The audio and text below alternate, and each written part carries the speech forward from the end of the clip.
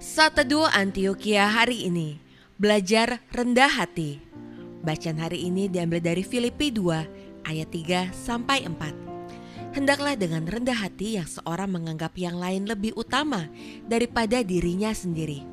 Dan janganlah tiap-tiap orang hanya memperhatikan kepentingannya sendiri, tetapi kepentingan orang lain juga.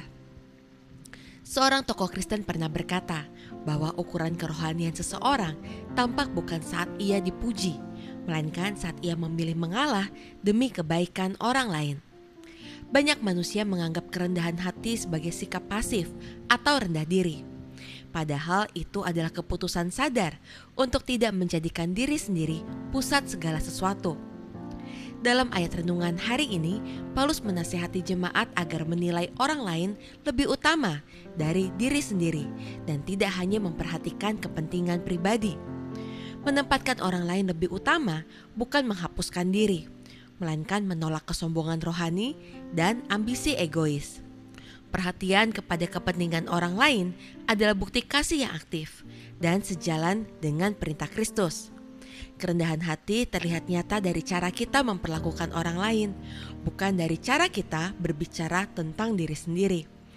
Orang yang rendah hati tak sibuk membela harga diri, melainkan rela memberi ruang bagi sesama.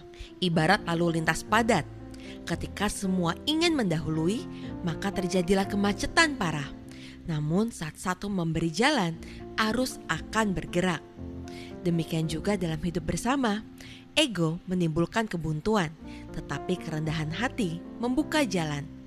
Sebagai orang Kristen, marilah kita belajar mendengar sebelum berbicara, melayani tanpa menuntut pengakuan, dan mendahulukan kepentingan bersama daripada gengsi pribadi, sebagaimana teladan yang Yesus berikan. Ingatlah, hidup yang berkenan kepada Allah terbentuk oleh kerendahan hati yang nyata dalam tindakan sehari-hari. Mari kita berdoa. Tuhan, ajar kami melihat orang lain dengan kasih-Mu. Lepaskan kami dari ego dan kesombongan. Bentuk hati kami agar rela mendahulukan sesama seperti Kristus telah lebih dahulu mengasihi kami. Dalam nama Tuhan Yesus, amin.